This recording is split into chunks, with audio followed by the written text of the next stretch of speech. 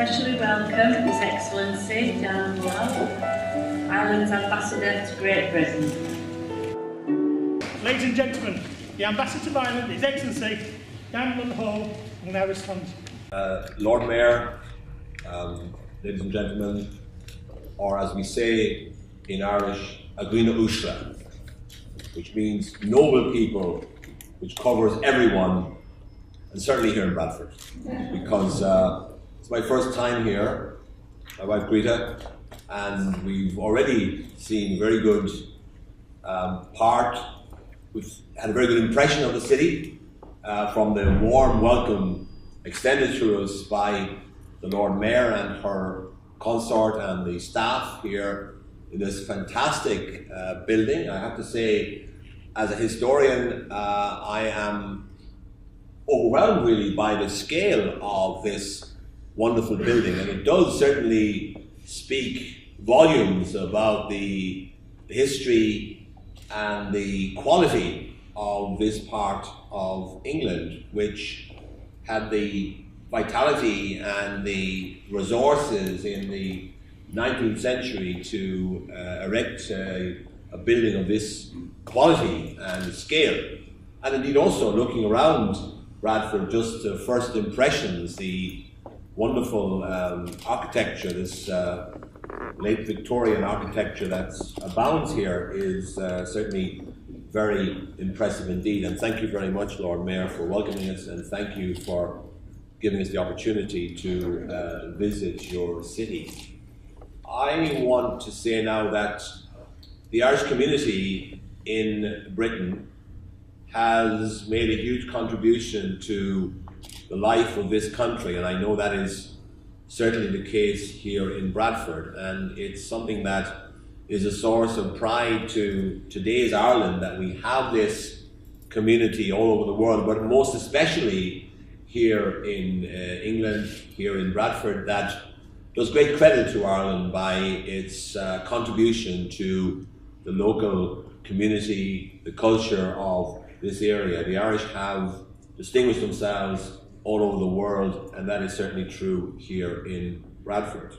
I think in the past maybe we in Ireland didn't value the Irish abroad sufficiently. We tended to just engage with them when they came back home on their holidays, once a year or thereabouts. But now in the last, say 10 years, we have been doing a lot more. We've been much more active as a people, as an administration, as a government in Ireland in reaching out and trying to connect in a positive and constructive way with our diaspora all over the world, including here in Britain. And my colleague Laura Delaney, who's here, is one of our team at the embassy in London, who is responsible for relations with our community all over this country, because we have communities in various parts of this great country. I want to praise and pay tribute to the Comóradh 1916, to the local committee that has put together the programme of commemorative events here in Bradford to remember the Easter Rising of 1916. The legacy of 1916 is the independence of Ireland. Of course, it is true to say that Ireland would probably eventually have become independent in some other way had the Easter Rising never taken place. But the fact is that the Easter Rising, I think, shaped the sort of Ireland we have today, and it brought independence forward probably by a generation, and it allowed us, I think, to start our journey in 1916 on a new phase in the history of Ireland. A troubled history, but the last 100 years has certainly been the best century that Ireland has enjoyed for many, many centuries. So I don't claim that Ireland in the last 100 years has been perfect by any means, and the fact that so many people had to emigrate from Ireland, not just in the 19th century when many of the original Irish inhabitants of Bradford came here, and I'm sure their descendants are still making a major contribution to the city. But even in the 20th century, even after independence in the 1950s and 60s, large numbers of Irish people came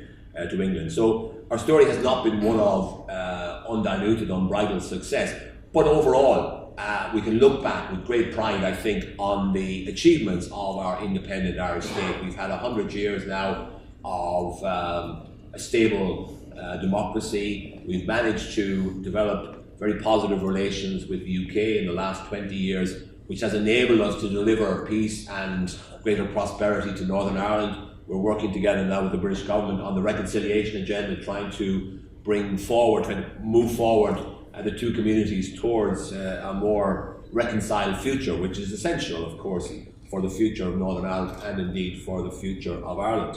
So one of the legacies that we're now commemorating this year is the legacy of positive relations between our two countries. Remember, 1916 was a conflict, and we've gone from conflict to cooperation, and we've gone from friction over the years. Because after independence, there were lots of reasons why the two countries and the two governments rubbed up against each other in a sort of an awkward way. That friction is gone, and it's been replaced by friendship. And in the week of Her Majesty's 90th birthday, I think I can say with, I think I cannot be challenged on this, that Her Majesty's visit to Ireland in 2011 and then our President's visit here in 2014 has moved the relationship onto a totally new plane of positive friendship. The irritations and the awkwardnesses of the past have been banished, and we now have a new and cooperative, genuinely friendly relationship between our two countries. And it is characterized by a very high level of trade.